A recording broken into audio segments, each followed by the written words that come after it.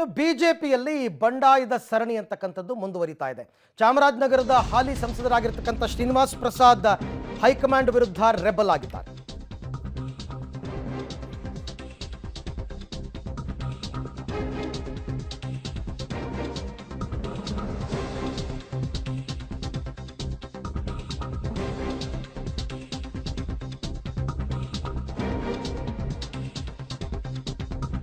ಬಿಜೆಪಿಯಲ್ಲಿ ಒಂದಾದ್ಮೇಲೆ ಒಂದು ಕ್ಷೇತ್ರಗಳಲ್ಲಿ ಬಂಡಾಯ ಜೋರಾಗ್ತಾ ಇದೆ. ಈಗ ಹೈಕಮಾಂಡ್ ವಿರುದ್ಧ ಶ್ರೀನಿವಾಸ್ ಪ್ರಸಾದ್ ರೆಬಲ್ ಆದಂಗೆ ಕಂಡು ಬರ್ತಾ ಇದೆ.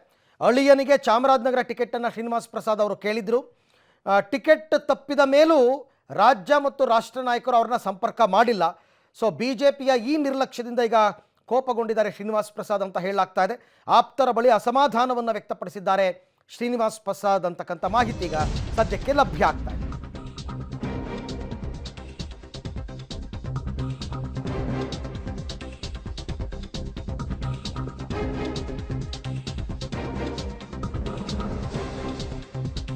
ಬೆಂಗಳೂರಿನಲ್ಲಿ ಮೈಸೂರಿನಲ್ಲಿ ವರ್ಕೌಟ್ ಆಯ್ತಾ ಕಾಂಗ್ರೆಸ್ನ ರಣತಂತ್ರ ಅಂತ. ಯಾಕೆಂದರೆ ಇದನ್ನೇ ಅವರು ಎಕ್ಸ್ಪೆಕ್ಟ್ ಮಾಡ್ತಾ ಇದ್ದಿದ್ದು.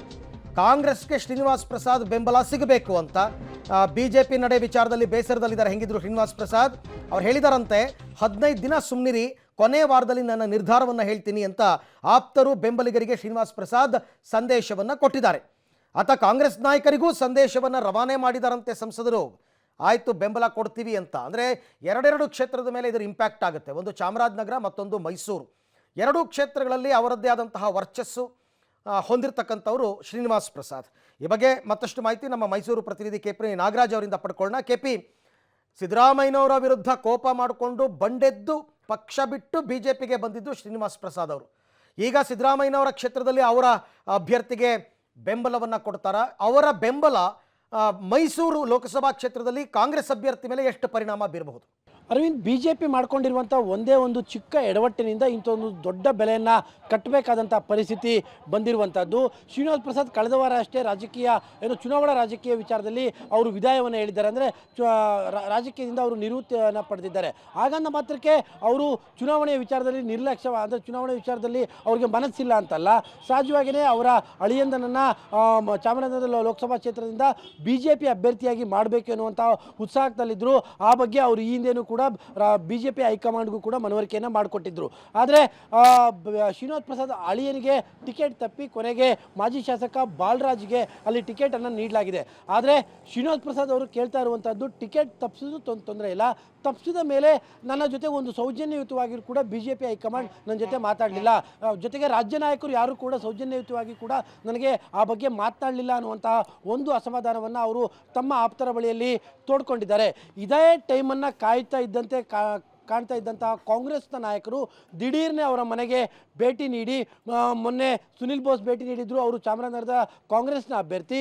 ನಿನ್ನೆ ಡಾಕ್ಟರ್ ಎಸ್ ಸಿ ಮಹದೇವಪ್ಪ ಮತ್ತು ಯತೀಂದ್ರ ಸಿದ್ದರಾಮಯ್ಯನವರು, ಕೆ ವೆಂಕಟೇಶ್ ಅವರು ಕೂಡ ಭೇಟಿ ನೀಡಿ ಅವರ ಜೊತೆಗೆ ಸುದೀರ್ಘವಾದಂಥ ಮಾತುಕತೆಯನ್ನು ಕೂಡ ನಡೆಸಿದ್ದಾರೆ. ಅಲ್ಲಿಗೆ ನಮಗೆ ಸಿಗ್ತಾ ಇರುವಂಥ ಮಾಹಿತಿಗಳ ಪ್ರಕಾರವಾಗಿ ಬಹುತೇಕ ಬಿಜೆಪಿಯ ಮೇಲೆ ಮುನಿಸಿಕೊಂಡಂತಹ ಶ್ರೀನಿವಾಸ್ ಪ್ರಸಾದ್ ಅವರು ಬಹುತೇಕ ಕಾಂಗ್ರೆಸ್ ಅಭ್ಯರ್ಥಿಗಳನ್ನು ಬೆಂಬಲಿಸುವ ನಿರ್ಧಾರಕ್ಕೆ ಬಂದಂತೆ ಕಾಣ್ತಾ ಇದೆ. ಚುನಾವಣೆಗೆ ಇನ್ನು ಒಂದು ವಾರದ ಮುಂಚಿತವಾಗಿ ನಾನು ನನ್ನ ಅಭ್ಯರ್ಥಿಗಳಿಗೆ ಎಲ್ಲ ಮಾಹಿತಿಗಳನ್ನು ಕೂಡ ಕೊಡ್ತೇನೆ, ನನ್ನ ನಿರ್ಧಾರವನ್ನು ಕೂಡ ಹೇಳ್ತೇನೆ, ನೀವು ಸಮಾಧಾನದಿಂದ ಇರಿ ಅನ್ನುವಂಥ ಮಾತನ್ನು ಕಾಂಗ್ರೆಸ್ನ ನಾಯಕರಿಗೆ ಹೇಳಿದ್ದಾರೆ. ಹೀಗಾಗಿ ಕಾಂಗ್ರೆಸ್ ವಲಯದಲ್ಲಿ ಒಂದು ರೀತಿಯಂಥ ರಣೋತ್ಸಾಹ ಮನೆ ಮಾಡ್ತಾ ಇದೆ. Aravind. Okay KP, thank you ತಮ್ಮ ಎಲ್ಲ ಮಾಹಿತಿಗಾಗಿ. ನೋಡಿ, ಮುಖ್ಯಮಂತ್ರಿಗಳು ಯಾವ ರೀತಿ ಪ್ಲ್ಯಾನ್ ಮಾಡಿದ್ರು ಅಂತಂದರೆ, ಸಣ್ಣ ಸಣ್ಣ ಅಂದರೆ ಆ ಭಾಗದ ನಾಯಕರುಗಳು ಎಲ್ಲರನ್ನೂ ಕೂಡ ಬೇರೆ ಪಕ್ಷದಿಂದ ಕರ್ಕೊಂಡು ಬಂದು ಒಟ್ಟಾರೆ ಪಕ್ಷವನ್ನು ಅವರು ಸಂಘಟಿಸುವ ಕೆಲಸವನ್ನು ಮಾಡ್ತಾ ಇದ್ದಾರೆ.